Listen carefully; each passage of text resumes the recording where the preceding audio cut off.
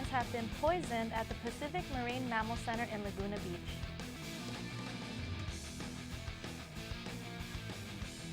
Spotlighting films from around the world, including feature shorts, documentaries, and animations, were featured on the Newport Beach Film Festival. LIZZIE practices their upcoming games here on Santa Ana College's football field.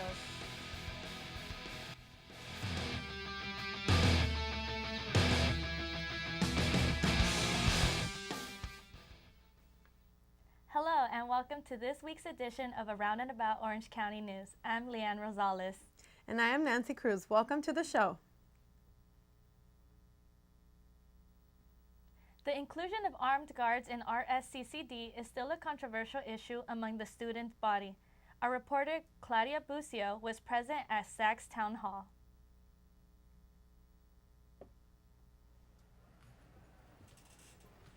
The Associated Student Government from Santa Ana College hosted a town hall to inform students and faculty members about the decision of including armed guards in the Rancho Santiago Community College District security.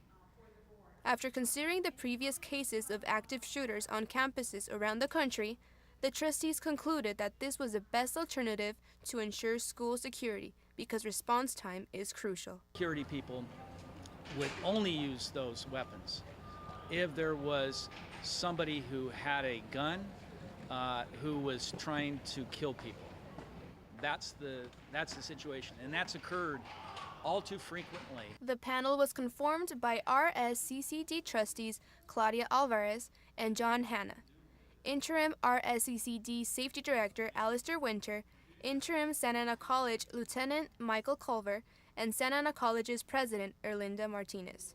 The trustees explained that the funding for this project will not affect the academic budget of the schools.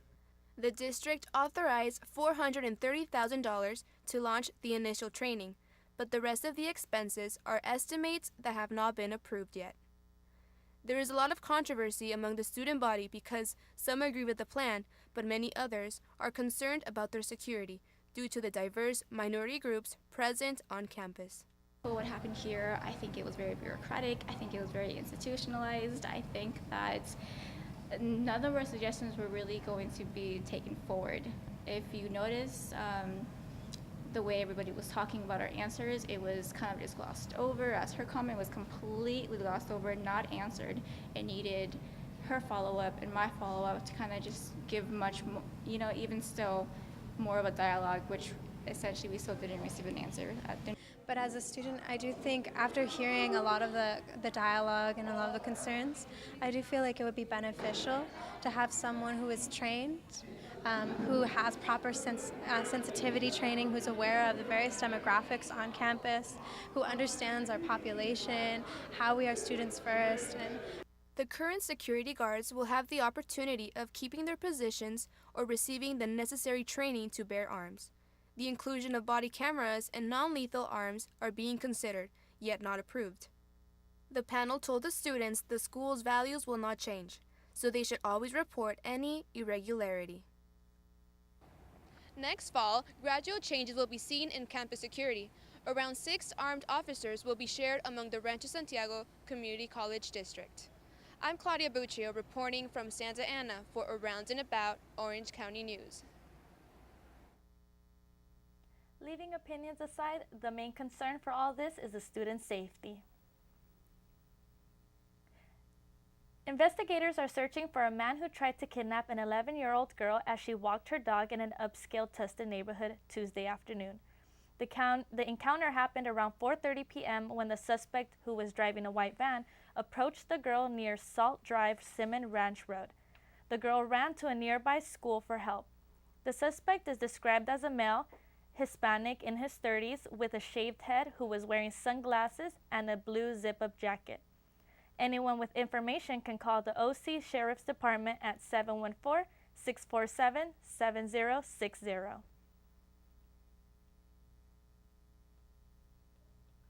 Your power company is still sending pink slips to its employees. Jeff Sparks conducts an inquiry and reports back on the shocking results. Southern California Edison is in the middle of pulling the plug on hundreds of non-union IT jobs in Irvine. One of the largest electricity providers in the world may be experimenting with ways to save money. Possible reasons for Edison's job cuts include a power plant closing, outsourcing, and a loophole in the H-1B visa program. Edison also owns a major stake in the San Onofre nuclear generating station just south of San Clemente. The plant was closed 2 years ago, and it will take about 20 years to decommission and cost close to $4.5 billion. The California Public Utilities Commission, the governing agency in charge of safeguarding the public, has allowed the company to recoup $3.3 billion from its customers and $1.7 billion from shareholders to close the former nuclear plant. While utility companies are allowed to remain territorially exclusive for infrastructure reasons, they are under the watchful eye of multiple government agencies and are allowed to profit. According to reports, 70% of the work performed by former Edison IT employees will be outsourced, likely overseas to India. The remaining work is expected to be filled by H-1B visa holders. Wages are expected to be similar to that of the laid-off workers. However, taxes and expenses could be favorable to the company's balance sheet.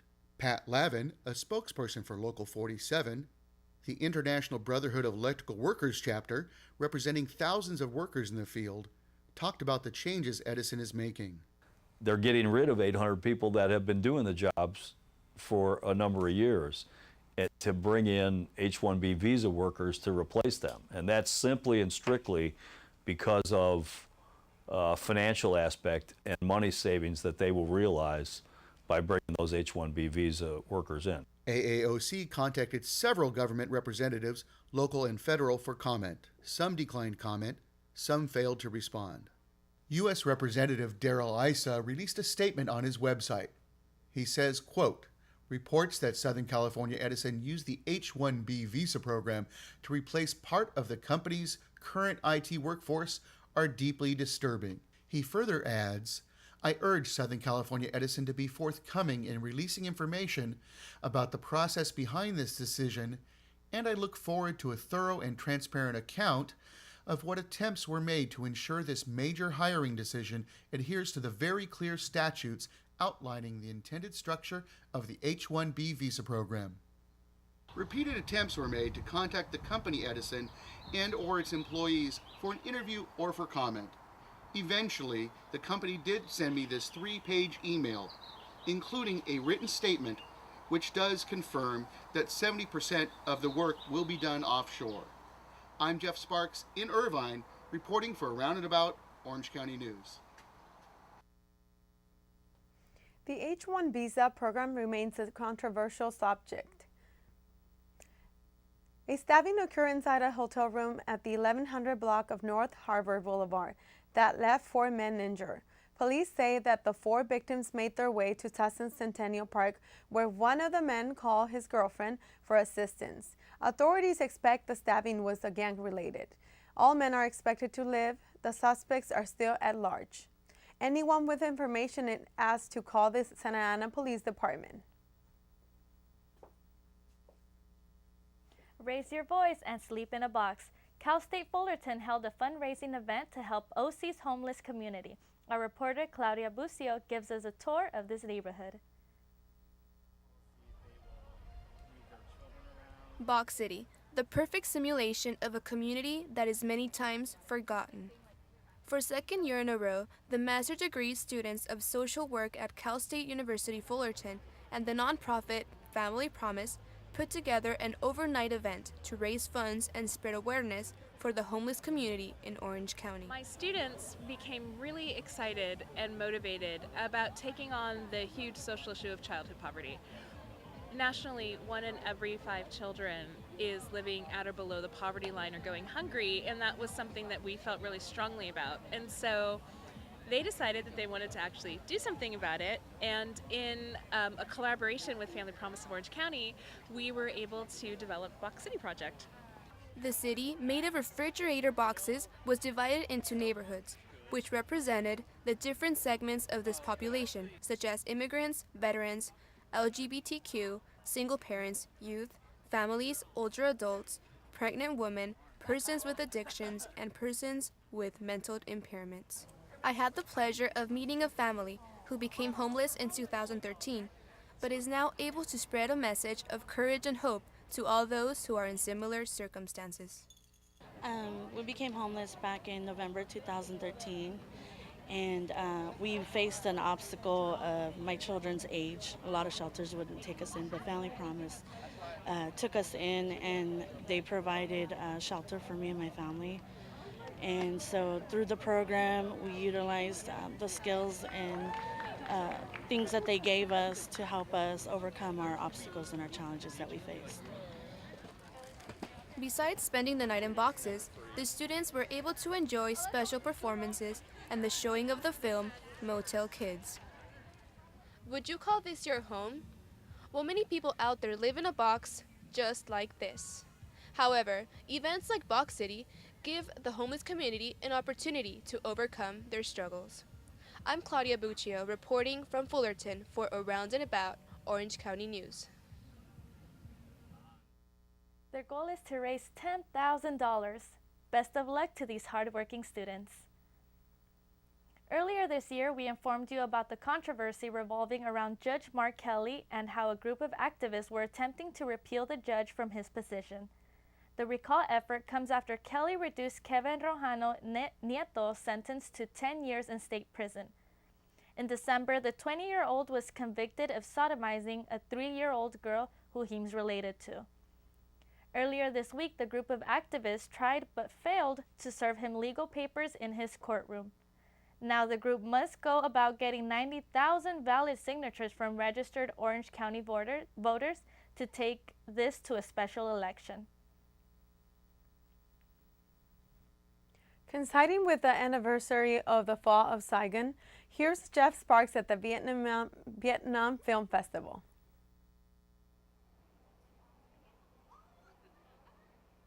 Support, celebrate, and project a diversity of visions and voices from filmmakers of Vietnamese descent and films by, for, and about the Vietnamese people and culture. This is the mission of the recent Viet Film Fest.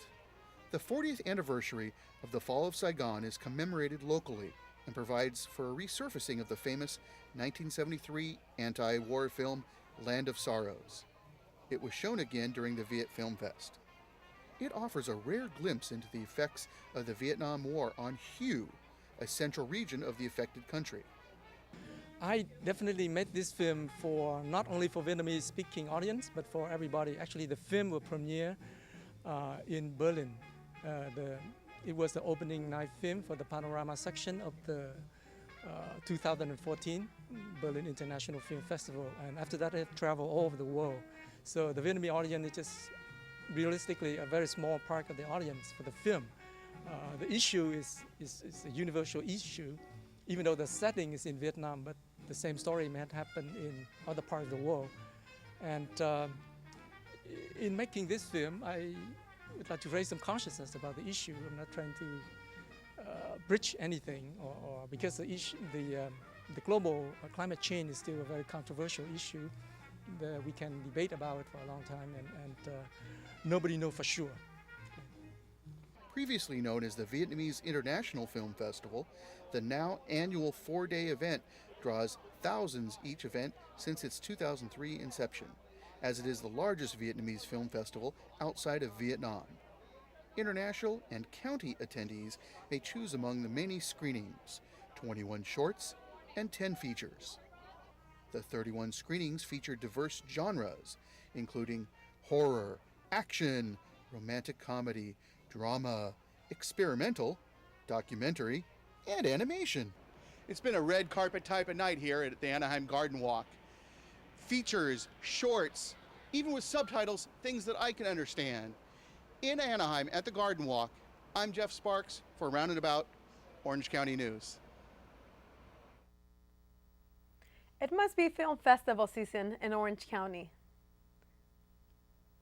Luis Alberto Quintanilla, a Buena Park truck driver, was sentenced to 3 years in state prison for stealing and illegally selling eyewear meant for soldiers. The crime occurred between October 2012 and May 2013, where Quintanilla stole 10 shipments of Oakley sunglasses from a shipping processing center In addition to being sentenced, Quintanilla was ordered to pay $299,000 in restitution and $580,000 fine. Now we have a special segment for our viewers. 4 of our very own reporters went out to the studio to cover the Newport Beach Film Festival. Take it away, guys.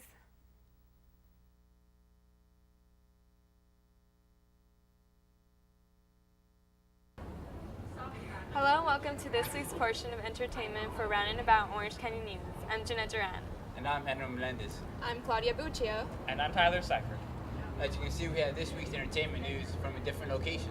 In case you haven't noticed, we are at the largest entertainment event in Orange County. That's right, the 16th annual Newport Beach Film Festival.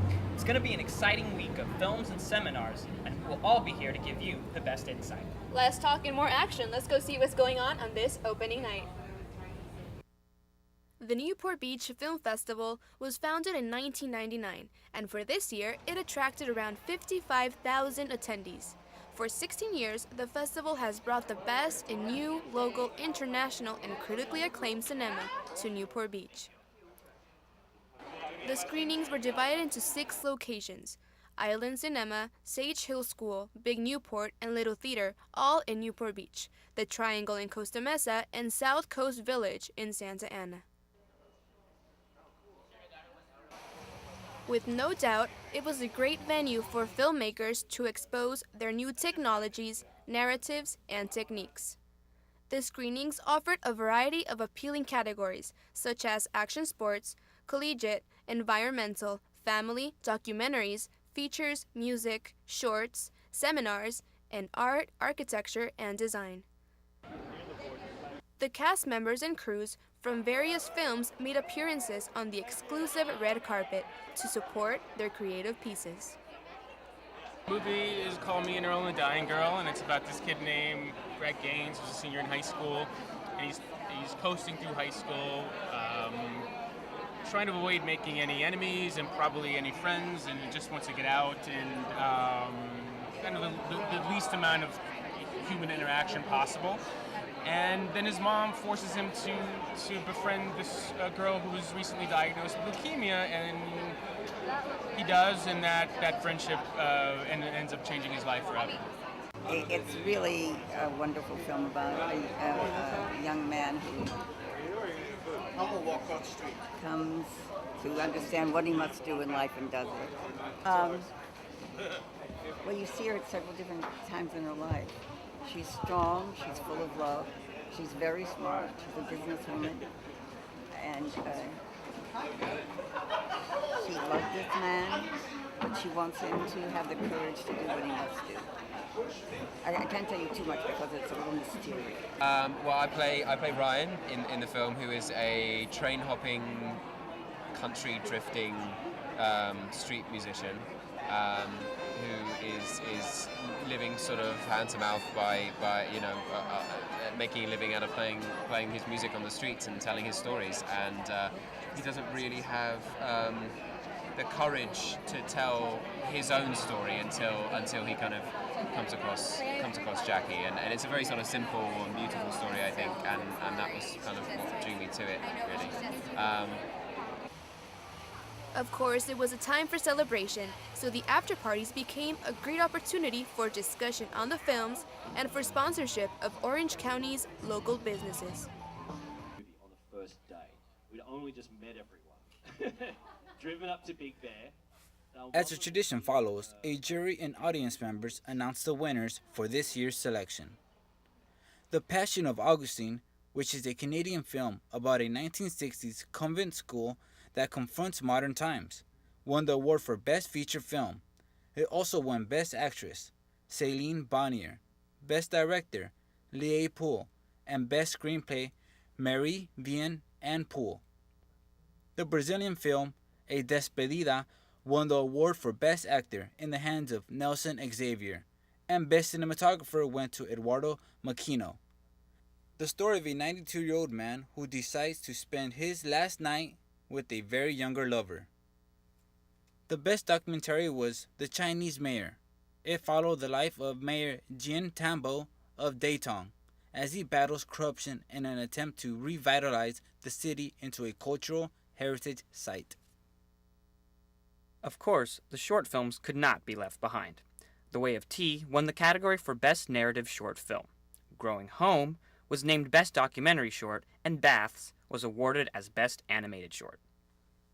The jury awarded Russell Crowe an outstanding achievement in filmmaking for directing his feature film, The Water Diviner. A Little Chaos, Slow Learners, Worthy, A Nightingale Falling, and Welcome to Happiness all won Outstanding Achievement honors for feature films. The winners for Outstanding honors for documentaries were Fear No Fruit and Life in a Walk. The honors for acting went to Alison Brie for her role in No Stranger Than Love, and Pier Francisco Favino for his performance in Senza Pietà.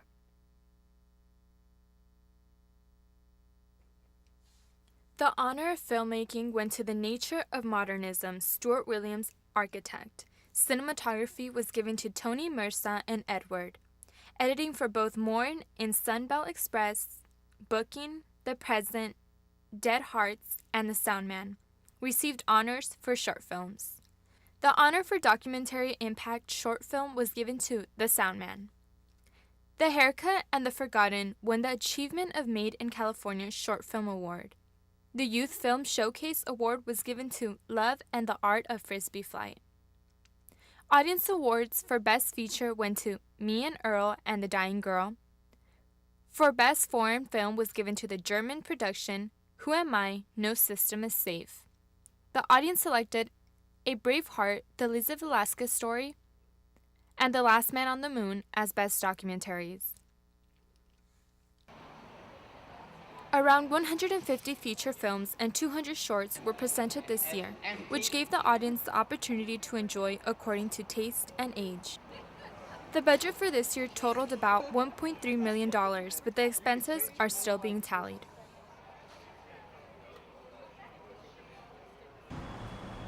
Well, that concludes our coverage for the 2015 Newport Beach Film Festival. We hope you enjoyed watching just as much as we enjoyed covering the event. It sure was an intense week filled with talented filmmakers.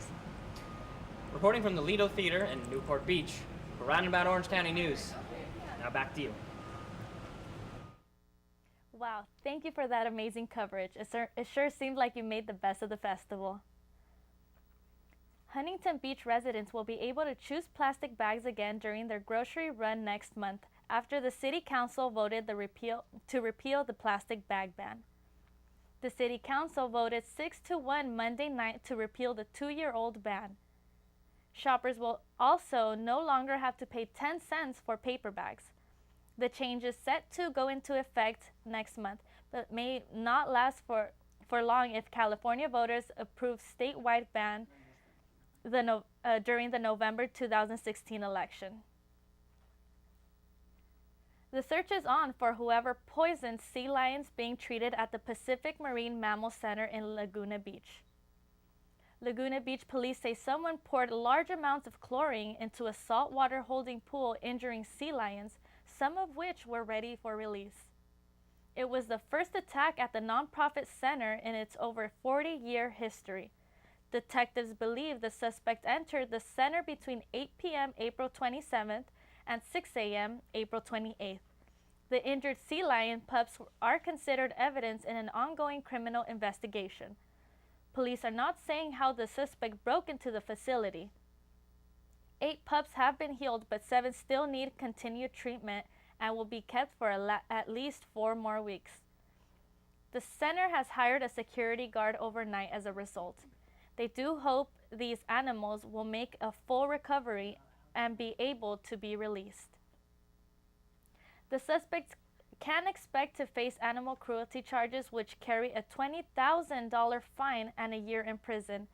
Anyone with information is urged to call Laguna Beach detectives at 949-497-0377.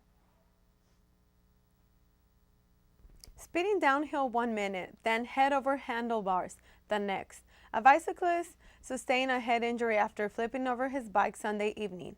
The man was riding on the remote Mathis Trail in Laguna Niguel. Aliso Woods Canyon in the late afternoon. Authorities said the man was going downhill too fast, lost control, and was thrown from his cycle, hitting his helmet on the ground and momentarily losing consciousness.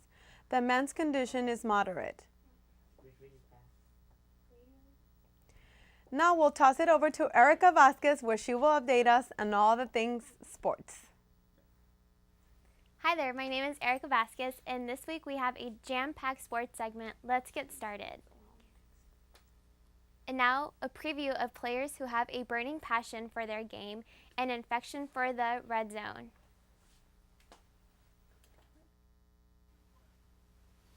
This is Marty Gill for Around and About Orange County. We're here today at Santa Ana College watching the practice of the Los Angeles Kiss Arena football team. The LA Kiss is a semi-pro team that plays in Anaheim at the Honda Center. If you're looking for some football to watch while the NFL and NCAA are on break, then look no further. The field is half the size, 50 yards, but the drive and determination is hard-hitting. The Kiss have gotten off to a rough start this season with a 0-3 record. They are in the midst of dealing with an untimely yet often occurring incident in football, the benching of their quarterback, Adrian McPherson. Currently, he is only able to extend moral support instead of handoff and touchdown passes. Last game, I tore a ligament in my foot, so that's a bit unfortunate because I pride myself on working hard, and it's tough watching the guys from the sideline as they come out here every day and put in a lot of work. But I'm doing the best I can, just kind of supporting them, helping out where I can, and I'll be out 4 to 6 weeks, but in the meantime, I'll be here just trying to help where I can. Moral support is something that McPherson usually extends to the team in the form of first downs and completed passes, not to mention rushing for a total of 4 touchdowns in his last game. This is Marty Gill reporting for Around and About Orange County.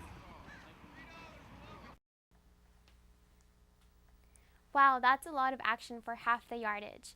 Flip out. 42 consecutive times for a new world record. 9-year-old Orange resident Olivia Nguyen did exactly that recently.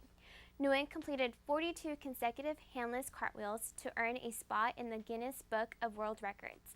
The 4th grader at Anaheim Hills Elementary School broke the previous record of 6 at Vibe Gymnastics in Anaheim and now holds the title of most consecutive aerials breakdance. What a flipping good attempt, Olivia. Well, this is it for me here at Sports. Now back to the main desk. Well, that wraps us up. Thanks, Erica. That concludes today's show for Around and About Orange County News. Make sure to check out our sister show, Noticiero Latino del Condado de Orange. And don't forget to check us out on YouTube and Facebook. YouTube.com, AAOC NLCO, and Facebook.com, AAOC NLCO. Thank you for joining us. I'm so confused. I just said